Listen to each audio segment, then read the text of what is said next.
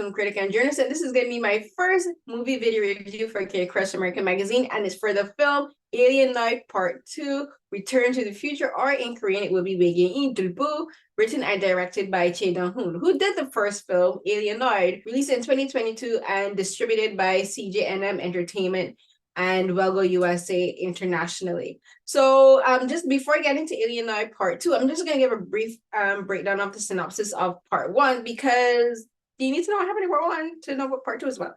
So what happens, it's set in 3 different time periods. So it's set in 1380 and 1391 and 2022. So for fun fact, the Goryeo dynasty in Korea began in 918 and ended in 1392.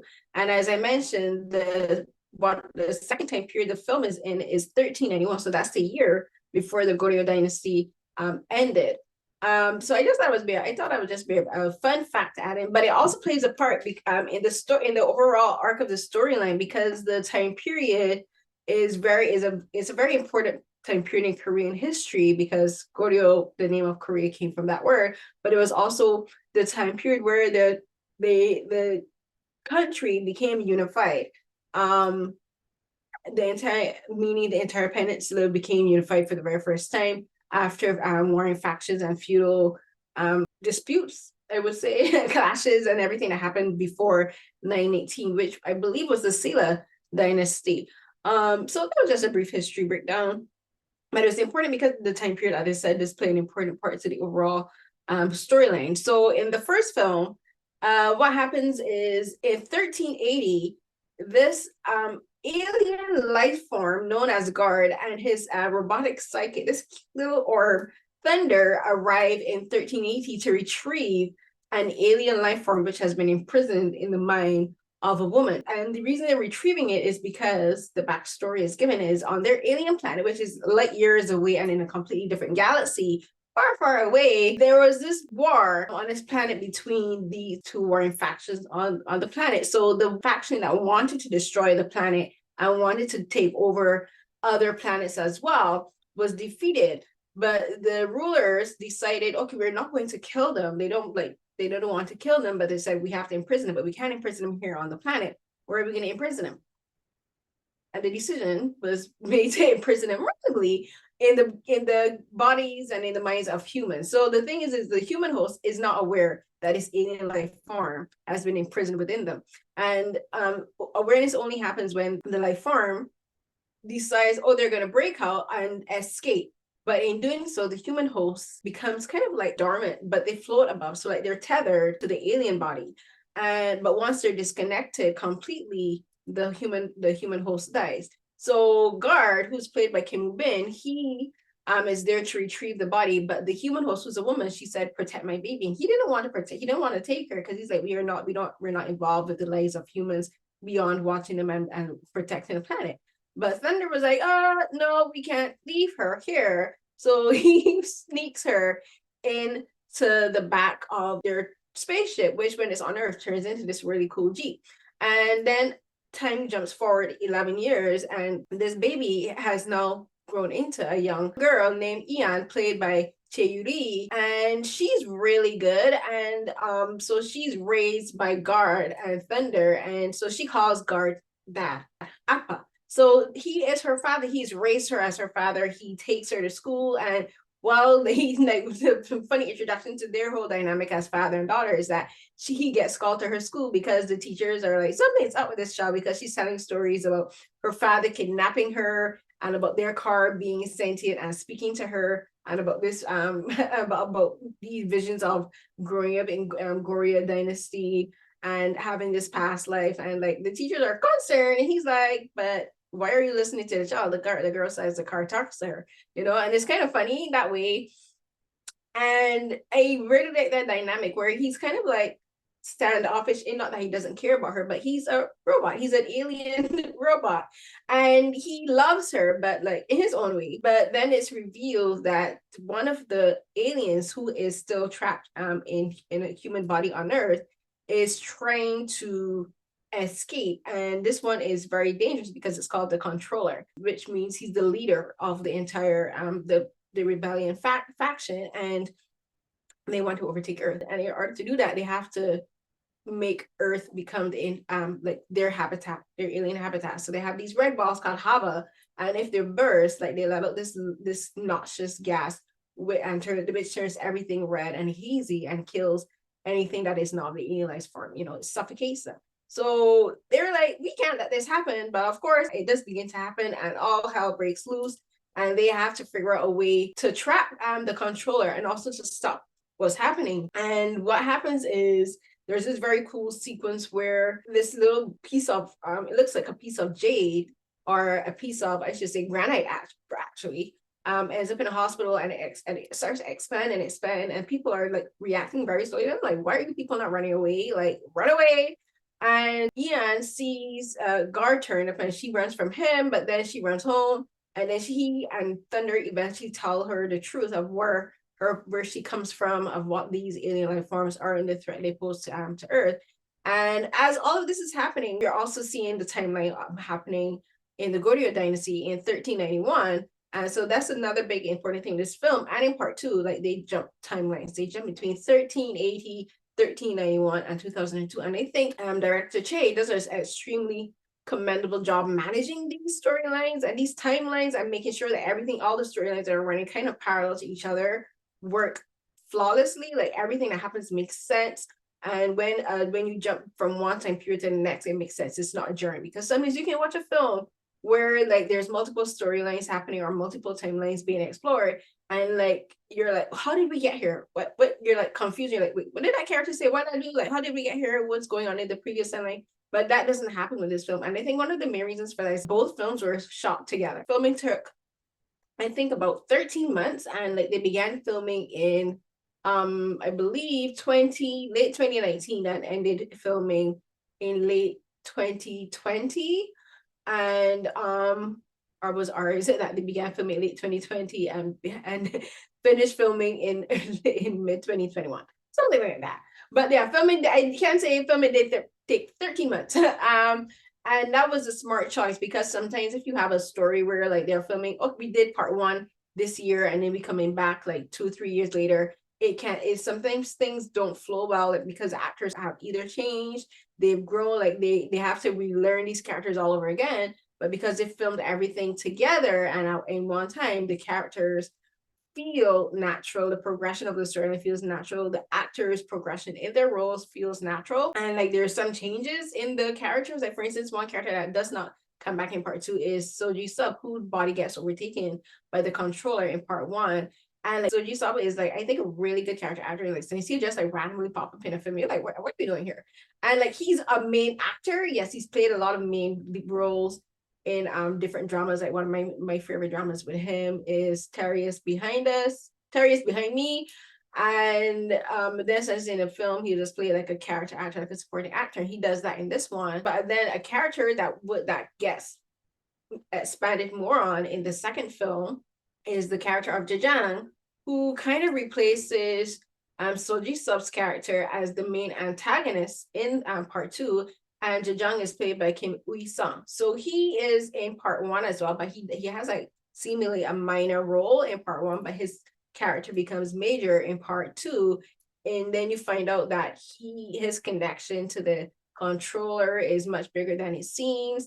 And another character that's like that is Min Gae-in, played by Lee Ha-nee. And like her character is, again, very small in the first film, and she plays the aunt of young Ian's best friend.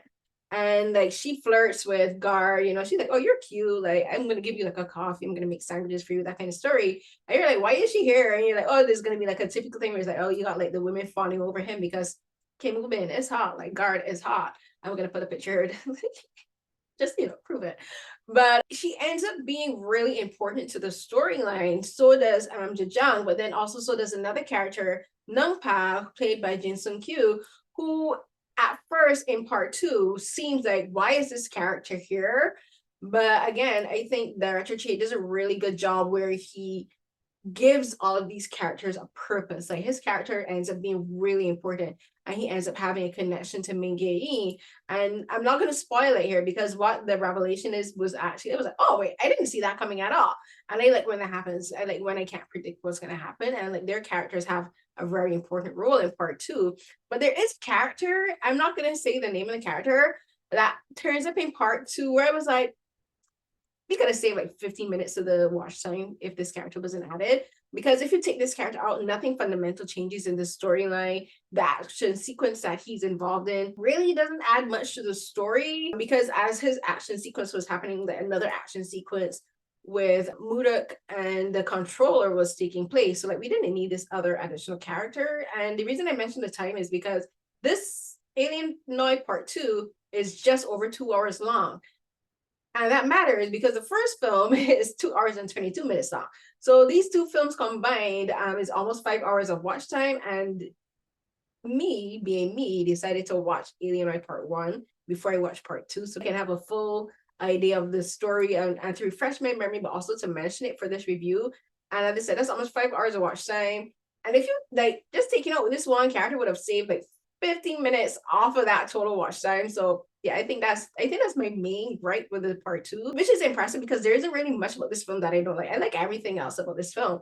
And I like everything else about the entire franchise. I guess you can call it because it's two films. And that's saying a lot. If the only complaint I have for two films that almost equal 5 hours is that there's one character that I think was kind of unnecessary, that's impressive. And so like I like that all these characters have a purpose, and I like that each of them we get a bit of a backstory on all of them, even Jajang and Nungpa and Min Jae-in, we get a bit of her backstory, but not in a typical way. Like when you find out her connections to the overall storyline, you're like, oh, this is a backstory. You know, like a backstory isn't like we have to see like they were in school. We don't have to see like their work life and all that. We get to see who she is, but we also get to see her backstory with regards to the overall story. And I'm going to talk about the performances. So Alienoid Part 2, Kim Woo-bin isn't back. It doesn't have a significant role in Part 2 as he did in Part 1. Part 2 is focused mostly on Mudok and Ian.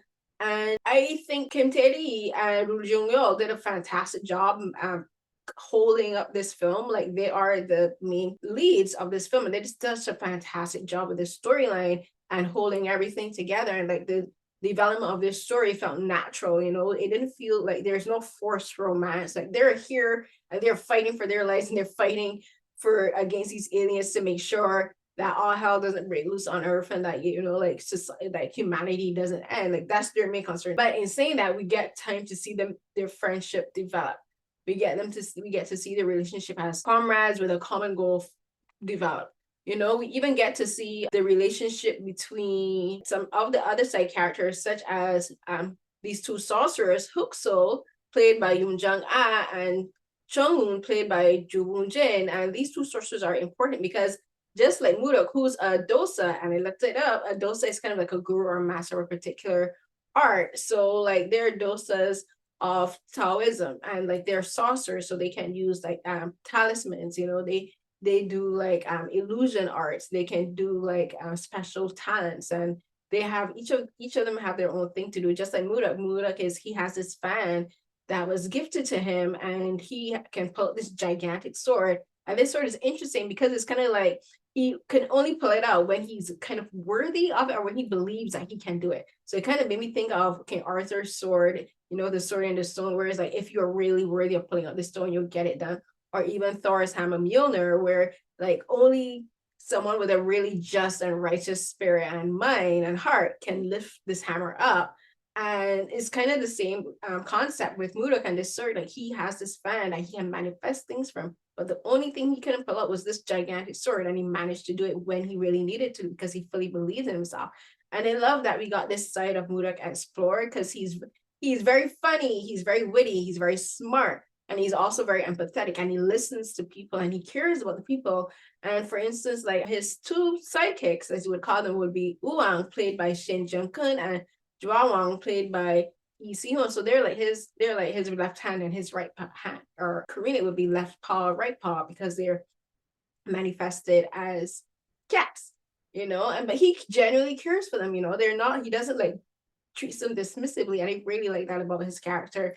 And what I really liked about Ian's character is that yes, she's strong, but she's also vulnerable. You know, she knows when to be vulnerable. She knows when to ask for help. You know, she knows when to use help when it's being handed to her. She's not like, I don't need your help, I can do all this by myself. She's like, no, this is an alien life form. I don't know what the hell is going on, but we need to defeat these, and we need to defeat them. And I'm going to accept the help from the people that are offering it. You know, like there's this really good action sequence in the first film and in part two with Hook-sol and Luan and Jung-hoon, where like they offer her their help and she accepts it. You know, they work in tandem together and they work really well together. And that happens in the second film a lot too. And like there's this particular, you know, like the big climactic sequence at the end.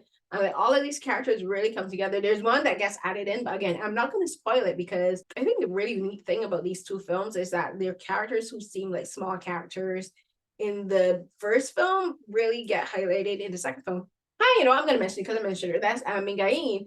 And like, she turns out to be really important to the overall story. And like they kind of come together and say, we're here for a common goal and we're going to win. And that's something that basically literally gets almost said by one of the characters where like, look, you're not alone. Like you have these people fighting with you, you know, and that's one of the big themes of this film. And I think of both films where it's like, if you have this thing that you need to fight against, whether it be an alien species, capitalism, or whatever, we can all succeed if we really come together and we fight and we ask for help and we receive the help that is being given to us. But with that being said, the film is very fun. I really enjoyed it. Special shout out to the VFX team. The VFX team really came through in this film because this is a sci-fi action and it relies heavily on VFX, particularly with like the magic portions of what's being used by Mudok and Hook-sol and Chung-hoon, and also by Jajang. And like and then of course the aliens are all VFX, and like their alien design is really good and cool and unique and it's special. But then also there's Guard, when he turns into like his cyborg form, is really cool design. I'm gonna put up a picture. I really like the design of these characters. I think the arts team did a really good job designing the look of the aliens and the robots. And then also another special shout out goes to the editor. So because this film jumps forward between three different distinct timelines, the characters are all like in different situations as in each year, right? So the story has to flow not only narratively but visually, but also time-wise, and a lot of that has to do with the editing. The pacing of this film is very well done, and because again, as I said, both films were filmed at the same time as like one big long film, the story progresses naturally. It doesn't feel forced. Like the pacing works really well. And so the editor does a really good job of making everything work smoothly. And so in the writing, I think director Choi did a really good job of making sure that the jumps between timelines, as I said earlier, make sense. So the editing is really, I think, probably one of my favorite things about the film, but as well as the sound design. So the sound design has to work really well in this film because it's so action heavy. So it punches and crashes and things exploding and the sounds of hissing, and when the fighting and everything that we hear, like the sound design is really well done. And everyone, the cast, like top notch, like fantastic performances from everyone across the board, from first film to second film.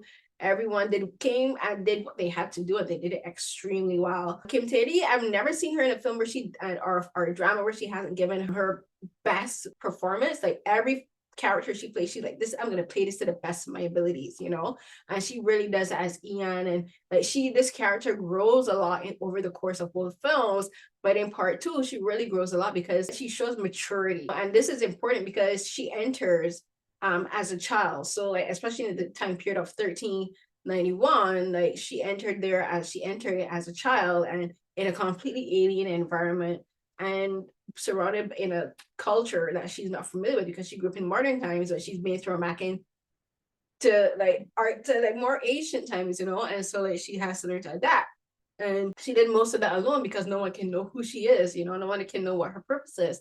But when she does meet Mudok, like she really opens up to him, and she's cautious, rightfully so, but like when it's time to open up, she's honest with him and she shows him so much empathy.